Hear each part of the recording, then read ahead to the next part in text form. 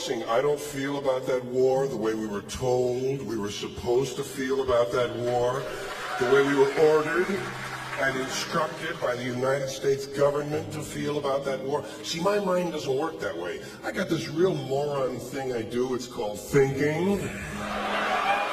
But I'm not a really good American because I like to form my own opinions. I don't just roll over when I'm told to. Sad to say, most Americans just roll over on command. Not me. Not me. I have certain rules I live by. My first rule, I don't believe anything the government tells me. Nothing. Zero.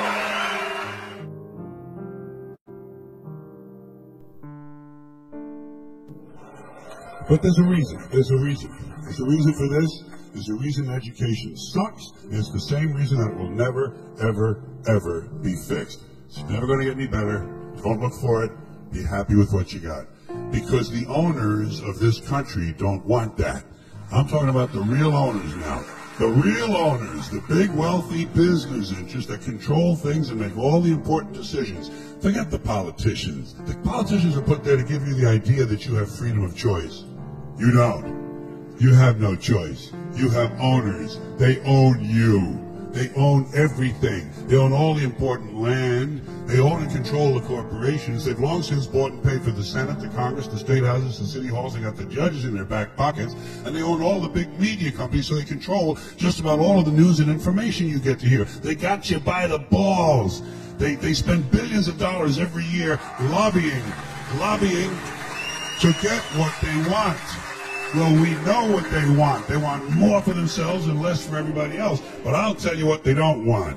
They don't want a population of citizens capable of critical thinking. They don't want well-informed, well-educated people capable of critical thinking. They're not interested in that. That doesn't help them. That's against their interest. That's right. They don't want people who are smart enough to sit around the kitchen table and figure out how badly they're getting fucked by a system that threw them overboard 30 fucking years ago. They don't want that. You know what they want? They want obedient workers. Obedient workers. People who are just smart enough to run the machines and do the paperwork and just dumb enough to passively accept all these increasingly shittier jobs with the lower pay, the longer hours, the reduced benefits, the end of overtime, and the vanishing pension that disappears the minute you go to collect it. And now they're coming for your Social Security money. They want your fucking retirement money. They want it back so they can give it to their criminal friends on Wall Street. And you know something? They'll get it. They'll get it all from you sooner or later because they own this fucking place. It's a big club, and you ain't in it. You and I are not in the big club. By the way, it's the same big club they use to beat you over the head with all day long when they tell you what to believe. All day long, beating you over the head in their media, telling you what to believe, what to think, and what to buy. The table is tilted, folks. The game is rigged, and nobody seems to notice. Nobody seems to care. Good, honest, hard-working people, white collar, blue collar, doesn't matter what color shirt you have on. Good, honest, hard-working people continue. These are people of modest means. Continue to elect these rich cocksuckers who don't give a fuck about them. They don't give a fuck about you. They don't give a fuck about you. They don't care about you at all. At all. At all. Yeah. You know? And nobody seems to notice, nobody seems to care. That's what the owners count on, the fact that Americans will probably remain willfully ignorant of the big red, white, and blue dick that's being jammed up their assholes every day. Because the owners of this country know the truth. It's called the American dream, because you have to be asleep to believe it. আমাদেরকে গোলাম বানিয়ে রাখার জন্য দাজ্জালিক সিস্টেমের অন্যতম কৌশল হচ্ছে একটি cashless society তৈরি করা। এ সম্পর্কে আগেও একাধিকবার আলোচনা করেছি আমার চ্যানেলে। ডিজিটাল সোসাইটির নামে আমাদেরকে যে ডিজিট ধরিয়ে দেওয়া হচ্ছে তা একদিন আমাদেরকে বিপদের মুখে ফেলবে এবং গোটা বাংলাদেশ কিছুদিন আগেই তার সাক্ষী হয়েছে, যখন লাখো কোটি মানুষের উপার্জিত টাকা ব্যাংকে আটকা পড়ে গিয়েছিল জাস্ট একটা কমান্ডের মাধ্যমে। একটিমাত্র কমান্ডের সাথে সাথেই একদিকে ইন্টারনেটের কারণে বুথ বন্ধ হয়েছিল, অপরদিকে শাটডাউনের কারণে ব্যাংক। একটি বিষয় চিন্তা করে দেখুন, প্রতিটি টাকা নামক রসিদের মধ্যে লেখা থাকে চাহিবার মাত্রই দিতে বাধ্য থাকিবে, কিন্তু আপনার ব্যাংক অ্যাকাউন্টে অঢেল টাকা থাকার পরেও সেই টাকা আপনি উত্তোলন করতে পারছিলেন না। সুতরাং আলটিমেটলি এটি একটি মিথ্যা। একটি কমান্ডই যথেষ্ট ছিল আপনাকে ক্যাশলেস করে আপনার টুটি চেপে ধরার জন্য। এরূপ সংকটে যদি আপনাকে ফেলে দেয়া যায়, তবে বিদ্রোহ করার চিন্তাভাবনা মাটি চাপা দিয়ে সবকিছু ছেড়ে নিজের মৌলিক চাহিদাকে মেটাতে ছুটতে শুরু করতে হবে। অতঃপর সিস্টেমের কাছে একটা সময় মাথা নত করতে বাধ্য হবেন। সাহি আল বুখারী 7122 নম্বর হাদিস, দাজ্জাল will have abundance of food and water. Food এবং ওয়াটারের প্রাচুর্যতা থাকবে দাজ্জালের কাছে। কিন্তু প্রশ্ন হলো, সে এই ফুড এবং ওয়াটার দিয়ে কি করবে? এক্স্যাক্টলি, সামান্য খাদ্যের বিনিময়ে আপনাকে দুর্ভিক্ষে ফেলে আপনাকে কিনে নেবে। এই কথাগুলো আমি এ গ্রে স্টেট মুভির ট্রেলার এক্সপ্লেন করতে গিয়ে আজ থেকে 3 বছর আগে বলেছিলাম। অতঃপর দেখানো হয়েছে মার্শাল ল ডিক্লেয়ার্ড, অর্থাৎ সাধারণ জনগণের উপরে সেনাবাহিনীদের যে নিয়ন্ত্রণ রয়েছে তা একসময় সরে যাবে। এর অর্থ হচ্ছে, আপনি যদি কাউকে হত্যা করার জন্য যান, সেক্ষেত্রে কোনো আইনজীবী আপনাকে আটকাবে না। এ বিষয়ে আপনার জন্য কোনো সেফটি এবং ইন্টারফেয়ার করবে না।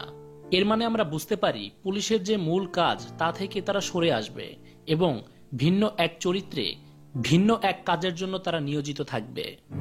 আই মিন টু সে, তাদের যে দায়িত্ব সেখান থেকে তারা সরে আসবে। তাদের দায়িত্ব হলো জনগণের সুরক্ষা দেয়া, জনগণকে প্রোটেক্ট করা, বাট তারা ভিন্ন একটা মিশনে আজ নিয়োজিত রয়েছে। এবং সাধারণ জনগণের উপর আক্রমণ হলে সেটা যে কোনো দলের পক্ষ থেকেই হোক, আর্মিরাও তাতে বাধা দিচ্ছে না। এই সিনেমাটি নির্মাণ করতে চেয়েছিলেন একজন আমেরিকান সাবেক সৈন্য ডেভিড ক্রলি, যাকে আফগানিস্তানে মিশনে পাঠানো হয়েছিল। অতঃপর একটা সময় একজন মুসলমান নারীকে তিনি বিবাহ করেন। সেখান থেকে এই কাপলের শুরু হয় নিজস্ব গবেষণা, চলমান যুদ্ধের পেছনের কারণ, শেষ জামানা এবং ভবিষ্যতে কি কি ঘটতে চলেছে তা নিয়ে। তারপর একটা সময় সিদ্ধান্ত নেন মুভির মাধ্যমে সেই গবেষণাকে প্রচার করতে।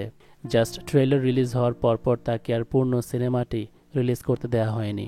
তার আগেই এলিট সোসাইটির মোড়লরা তাকে তার পরিবার সহ হত্যা করে এবং তার বাড়ির দেয়ালের মধ্যে ব্যঙ্গাত্মক ভঙ্গিতে লিখে দেয় আল্লাহু আকবার। এলিট সোসাইটি তাদের মূল শত্রুর নাম এই দেয়ালে লিখে গেছে। তবে ডেভিড ক্রলির এই গবেষণা সত্যিই প্রশংসনীয়।